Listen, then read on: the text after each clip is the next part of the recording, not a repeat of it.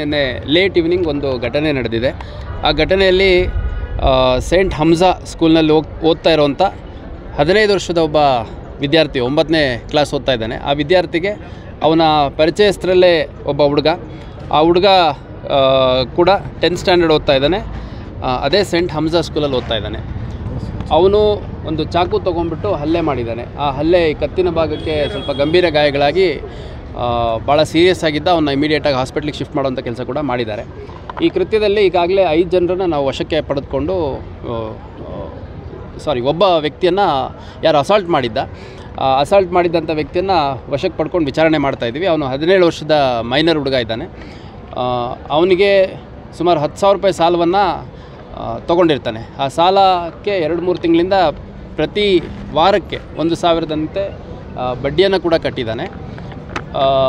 ಈ ಘಟನೆ ನಡೀಲಿಕ್ಕಿಂತ ಕೆಲವು ಗಂಟೆಗಳ ಮುಂದೆ ಒಂದು 10-12 ಜನರ ಗುಂಪು ಬಂದುಬಿಟ್ಟು ಅವನ್ನ ಕರ್ಕೊಂಡು ಹೋಗ್ಬಿಟ್ಟು ಫೋರ್ಸಿಬಲಿ ಅಲ್ಲೊಂದು ಮನೆ ಒಳಗಡೆ ಇಟ್ಕೊಂಡು ಅವನಿಗೆ ಹೊಡೆದು, ಯಾರು ಈ ಕೃತ್ಯದ ಆರೋಪಿ ಇದ್ದಾನೆ 307 ಅಂದರೆ ಅಟೆಂಪ್ಟ್ ಟು ಮರ್ಡರ್ ಪ್ರಕರಣದ ಆರೋಪಿ ಏನಿದ್ದಾನೆ, ಅವನಿಗೆ ಸುಮಾರು ಒಂದು 2 ಗಂಟೆಗಳ ಕಾಲ ಹೊಡೆದು ಬೆದರಿಸಿ ನಂತರ ಅವ್ರ ಪೋಷಕರು ಕರೆಸ್ಕೊಂಡು ಅವ್ರ ತಂದೆ ಹತ್ರ ಅಶ್ಯೂರೆನ್ಸ್ ತೊಗೊಂಡು 10,000 ರೂಪಾಯಿ ದುಡ್ಡು ಇಸ್ಕೊಂಡಿದ್ದಾನೆ, ಅದಕ್ಕೆ ಇಷ್ಟು ಬಡ್ಡಿಯಾಗಿದೆ ಅಂತಂದು ಹೇಳಿ ಆಮೇಲೆ ತಂದೆ ಜೊತೆ ಆರೋಪಿಯನ್ನು ಕಳಿಸ್ಕೊಟ್ಟಿದ್ದಾರೆ. ನಂತರದಲ್ಲಿ ಮನೆಗೆ ತೊಗೊಂಬಂದು ಮಗನ್ನ ಬಿಟ್ಟು ತಂದೆ ಬೇರೆ ಕೆಲಸಕ್ಕೆ ಹೋದಂಥ ಸಂದರ್ಭದಲ್ಲಿ ಮತ್ತೆ ಫೋನ್ ಮಾಡಿ ಕರೆಸ್ಕೊಂಡ ನಂತರ ಈ ಆರೋಪಿ ಏನಿದ್ದಾನೆ ಒಬ್ಬ ಹುಡುಗನಿಗೆ ಚಾಕು ಹೊಡೆದಿರುವಂಥದ್ದು ಘಟನೆ ಆಗಿದೆ. ಕೊಲೆ ಪ್ರಯತ್ನದ ಪ್ರಕರಣದಲ್ಲಿ ಒಬ್ಬ ಆರೋಪಿ ಯಾರು ಚಾಕು ಹೊಡೆದಿದ್ದ ಅವನ್ನ ಅರೆಸ್ಟ್ ಮಾಡ್ಕೊಂಡಿದ್ದೀವಿ. ಅದು ಮುಂದುವರೆದು ನಮ್ಮ ವಿಚಾರಣೆಯಲ್ಲಿ ಕಂಡು ಬಂದದ್ದು ಸಾಕಷ್ಟು ಜನ ಈ KB ನಗರ ಅಂತ, ಕರ್ಕಿ ಬಸವೇಶ್ವರ ನಗರ ಅಂತ ಆ ಏರಿಯಾದಲ್ಲಿರುವಂಥ ಕೆಲವು ವ್ಯಕ್ತಿಗಳು ಈ ಮೈನರ್ ಹುಡುಗರನ್ನು ಉಪಯೋಗಿಸ್ಕೊಂಡು SSLC 8th 9th 10th PUC ಓದ್ತಿರೋವಂಥವ್ರು ಮತ್ತು ಬೇರೆ ಬೇರೆ ವಿದ್ಯಾರ್ಥಿಗಳು ಅಥವಾ ಸಣ್ಣ ಪುಟ್ಟ ವ್ಯವಹಾರದಲ್ಲಿ ತೊಡಗಿಸ್ಕೊಂಡಿರೋವಂಥವ್ರಿಗೆ ಐಡೆಂಟಿಫೈ ಮಾಡಿಬಿಟ್ಟು ಅವರಿಗೆ ವಾರದ ಬಡ್ಡಿ ಲೆಕ್ಕದಲ್ಲಿ ಹಣ ಕೊಡುವಂಥದ್ದು, ಅದನ್ನು ವಸೂಲಿ ಮಾಡಲಿಕ್ಕೆ ಕೂಡ ಅಪ್ರಾಪ್ತ ಬಾಲಕರನ್ನು ಉಪಯೋಗಿಸ್ಕೊಂಡಿರುವಂಥದ್ದು ನಮಗೆ ಪ್ರಕರಣ ಒಂದು ಬೆಳಕಿಗೆ ಬಂದಿದೆ. ಅದರ ಹಿನ್ನೆಲೆಯಲ್ಲಿ ಮೊದಲನೇ ಪ್ರಕರಣದ ಆರೋಪಿ ತಂದೆ ಏನಿದ್ದಾರೆ ಅವರೊಂದು ಪ್ರಕರಣವನ್ನು ಕೊಟ್ಟಿದ್ದಾರೆ.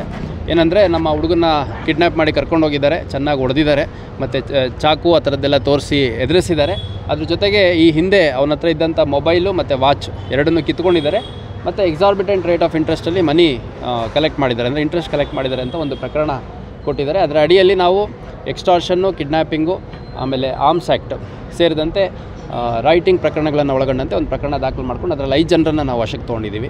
ಆ 5 ಜನ ಏನಿದ್ದಾರೆ 5 ಜನ ಅಪ್ರಾಪ್ತ ವಯಸ್ಸಿನವರಿರುವಂಥದ್ದು ಕಂಡು ಬಂದಿದೆ. ಆ ಪ್ರಕಾರ ಅವ್ರಿಗೇನು ಜುವೆನೈಲ್ ಜಸ್ಟಿಸ್ ಬೋರ್ಡ್ ಮುಂದೆ ಪ್ರೊಡ್ಯೂಸ್ ಮಾಡಬೇಕು.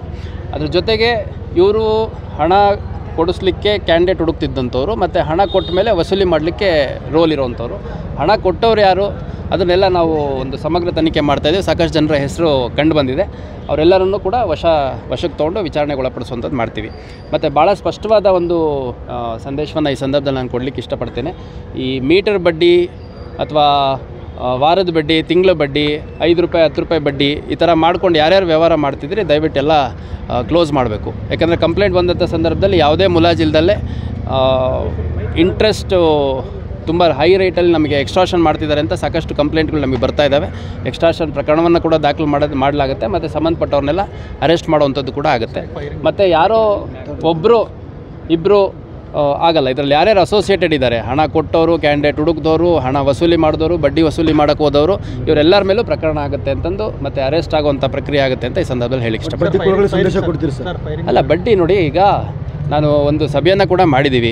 ಈ ನಮ್ಮ DRCS deputy registrar of cooperative society ಅವ್ರ ಜೊತೆ ಮೀಟಿಂಗ್ ಮಾಡಿದಂಥ ಸಂದರ್ಭದಲ್ಲಿ ವಿತ್ ಕೊಲ್ಯಾಟ್ರಲ್ಲು 14%, ವಿತೌಟ್ ಕೊಲ್ಯಾಟ್ರಲ್ 16% ಏನೋ ಕೊಡಲಿಕ್ಕೆ, ಅದು ಫೈನಾನ್ಷಿಯಲ್ ಇನ್ಸ್ಟಿಟ್ಯೂಷನ್ ರಿಜಿಸ್ಟರ್ಡ್ ಇದ್ದರೆ ಮಾತ್ರ ಅವಕಾಶ ಇದೆ. ಅದು ಹೊರತುಪಡಿಸಿ ಯಾರೇ ಬಡ್ಡಿ ವ್ಯವಹಾರ ಮಾಡಿದರೂ ಅದು ಇಲ್ಲೀಗಲ್, ಕಾನೂನು ಬಾಹಿರ ಆಗುತ್ತೆ.